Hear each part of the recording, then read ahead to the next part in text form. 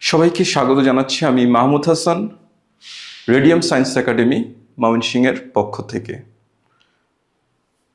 আজকে আমরা একটা বিশেষ অংশ নিয়ে আলোচনা করব। জীববিজ্ঞান প্রথম পত্রের প্রথম অধ্যায়ে জেনেটিক অংশের সবচেয়ে ইন্টারেস্টিং এবং সবচেয়ে গুরুত্বপূর্ণ যে বিষয়টা তা হলো জেনেটিক কোড। জেনেটিক কোড কি? ডিএনএ অণুর নাইট্রোজেন বেসগুলো একটি নির্দিষ্ট রীতিতে ধারাবাহিকভাবে সজ্জিত হয়ে যে কোড তৈরি করে তাকে বলা হয় জেনেটিক কোড। এই জেনেটিক কোডই হলো জীবনের আণবিক ভিত্তি। সাধারণত 3টি নাইট্রোজেন বেস একটি অ্যামিনো অ্যাসিডকে কোড করে। সেই কোডের আণবিক সম্পর্কই হলো জেনেটিক কোড। সহজ কথায় কোডের জেনেটিক সম্পর্কই হলো জেনেটিক কোড। ক্রোমোজোমের লোকাসে অবস্থিত ডিএনএ নির্দিষ্ট সিকোয়েন্স বা বিন্যাস একটি কার্যকর সংকেত বহন করে। প্রোটিন হিসেবে আত্মপ্রকাশ, বৈশিষ্ট্যের বহিঃপ্রকাশ হিসেবে যে অংশ আত্মপ্রকাশ করে তাকে বলা হয় জিন। জীবের জেনেটিক সম্পর্কই হলো এই জেনেটিক কোড। এবার চলো আমরা জেনেটিক কোডটি সম্পন্ন করি। দেখো, জেনেটিক কোডটা এইভাবে নির্ণয় করা হয়।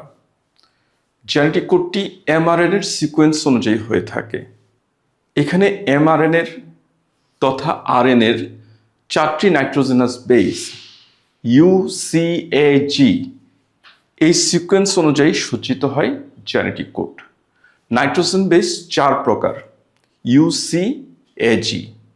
তাহলে এখানে U C A G first letter, second letter, third letter, অর্থাৎ রো, সারি, পার্শ্বীয় সারি, এইভাবে আমরা যদি সজ্জিত করি, 4টা নাইট্রোজেন বেস, 3টি নাইট্রোজেন বেস মিলে তৈরি হয় একটি কোডের একক বা কোডন। তাহলে 4টি নাইট্রোজেনাস বেস, এরা 4x4x4 গণিতের বিন্যাস সমবিন্যাসের হিসেব অনুযায়ী 64টি একক বা কোডন তৈরি করতে পারে। তাহলে সেই কোডনের এই আণবিক ভিত্তি বা সম্পর্ক জেনেটিক কোড হিসাবে কাজ করে। চলো আমরা জেনেটিক কোডটি এখানে দেখি কিভাবে তারা বিন্যস্ত হয়। এখানে first letter U, second letter U, third letter U. তাহলে প্রথম এই কোডের একক বা কোডনটি হবে, আমি যদি এটিকে বসাই তাহলে কেমন দেখা যাবে? U, first letter U, second letter U, আর থার্ড লেটার, ওই যে থার্ড লেটার এখানে ইউ।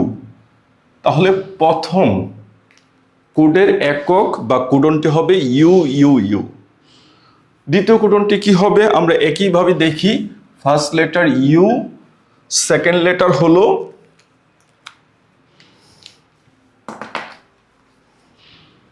সি, আর থার্ড লেটার ইউ।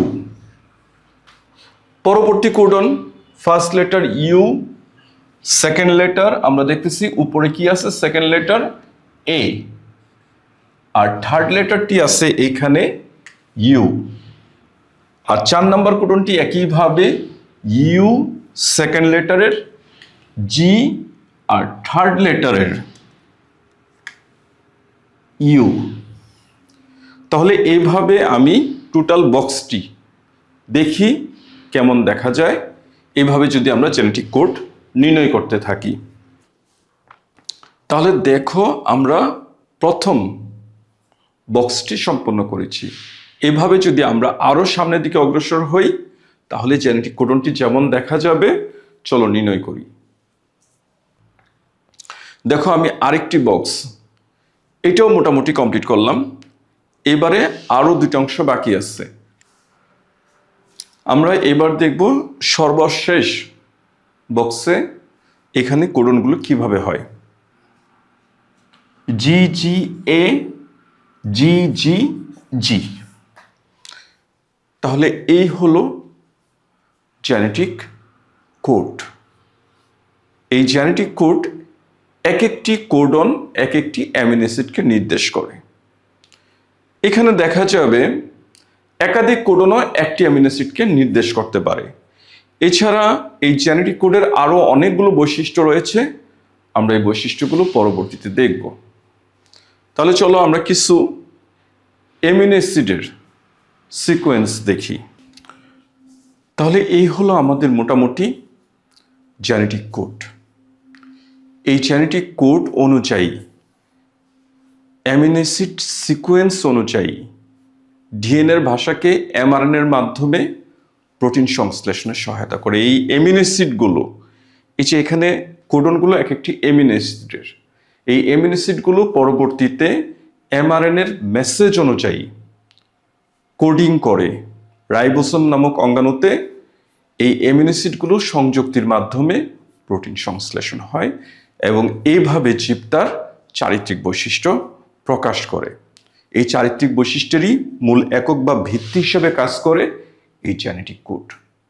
এই জেনেটিক কোডের আবিষ্কার মানব জীবনের জন্য একটা বেশ ইতিবাচক দিক নির্ণয় করেছে এবং আমাদের জীবজগতের একটি কার্যকরী ভূমিকার একক হিসাবে এটির গঠন অনন্য।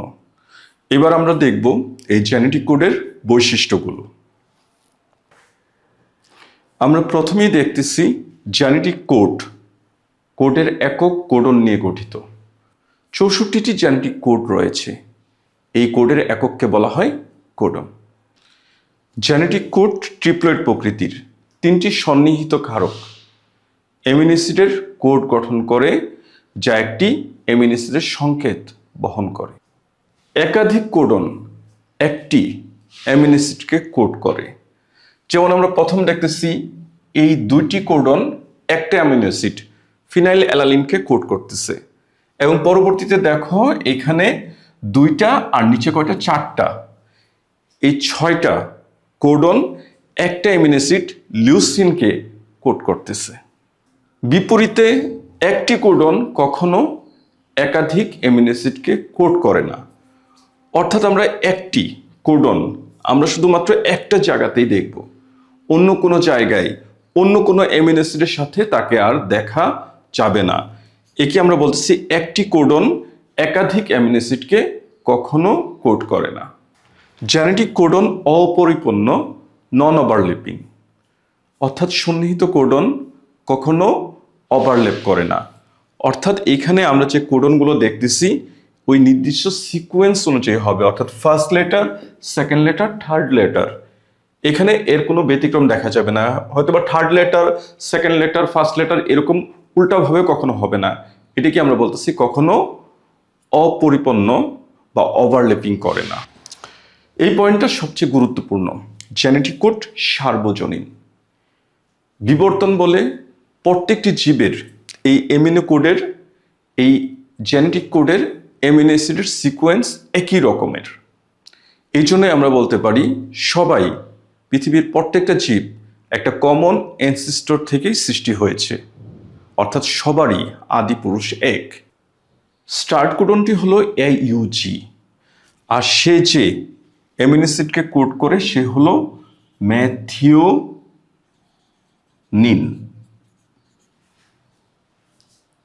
আর এটা দিয়েই শুরু হয় ট্রান্সলেশনের প্রথম যাত্রা।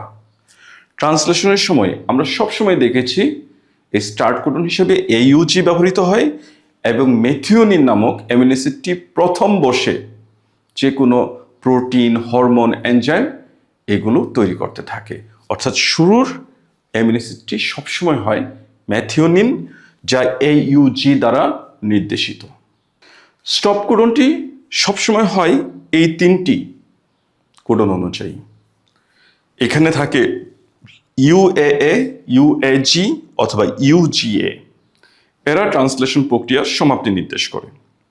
অর্থাৎ রাইবোসোম নামক অঙ্গাণু এমআরএনএ ধরে যখন সামনের দিকে অগ্রসর হতে থাকে, তার সর্বশেষ 3' প্রান্তে এই স্টপ কোডনগুলো অবস্থান করে, যেখানে আর কোনো টিআরএনএ আসে না, অর্থাৎ সে কোনো অ্যামিনো অ্যাসিডকে আনে না, আর এই ট্রান্সলেশন প্রক্রিয়াটার এখানেই সমাপ্তি ঘটে।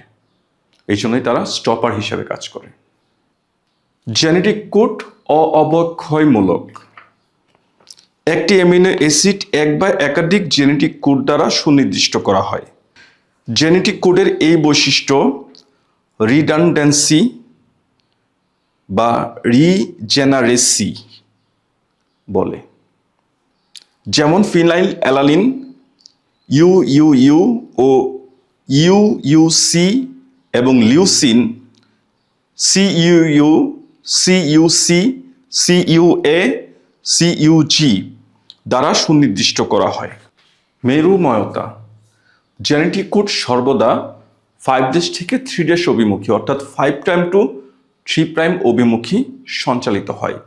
এমআরএনএর মধ্যে আমরা যখন দেখেছি ট্রান্সলেশন প্রক্রিয়ার সময় এই কোডনটা 5' to 3' অনুযায়ী সামনের দিকে অগ্রসর হতে থাকে। তাহলে এই জেনেটিক কোডের সবচেয়ে ইম্পর্টেন্ট বৈশিষ্ট্য বিবর্তনে। মানুষের মধ্যে জেনেটিক কোডের সিকোয়েন্সগুলো একই রকমের, এই জন্য পৃথিবীর যে কোনো প্রান্তের মানুষই হোক তাদের একই সিকোয়েন্স অনুযায়ী প্রোটিন, হরমোন ইত্যাদি সংশ্লেষণ এবং দেহের গঠন, বৃদ্ধি, হরমোন উৎপাদন এই সবগুলোর মধ্যে মিল রয়েছে। এছাড়া বিবর্তন এটাও বলে, আমি আগেই বলেছি, পৃথিবীর সকল জীবের এই জেনেটিক কোড একই রকম। এটাই প্রমাণ করে সবাই একটা কমন অ্যানসেস্টর থেকে সৃষ্টি হয়েছে। তাহলে জেনেটিক কোড এই জন্যই আমাদের জীবনের আণবিক ভিত্তি হিসেবে কাজ করে। এই জেনেটিক কোডের রহস্য উন্মোচন জীবের বিবর্তনের জন্য, আমাদের পরবর্তীতে জিনগত আণবিক গবেষণার জন্য এবং জিনগত যে কোনো চিকিৎসার জন্য ইহা অনেক গুরুত্বপূর্ণ। এবং ফিউচারে এই জেনেটিক কোড ব্যবহার করে আমরা বহু অসম্ভবকে সম্ভব করতে পারব। তাহলে আজকের আলোচনা এই পর্যন্তই। জেনেটিক কোডের এই জ্ঞানকে আমাদের আরও সমৃদ্ধ করুক, মানুষের জয়যাত্রা আরও সামনের দিকে অগ্রসর হোক, এই কামনায় সবাইকে বিদায় জানিয়ে আজকের ক্লাস এখানেই শেষ করছি। ধন্যবাদ সবাইকে।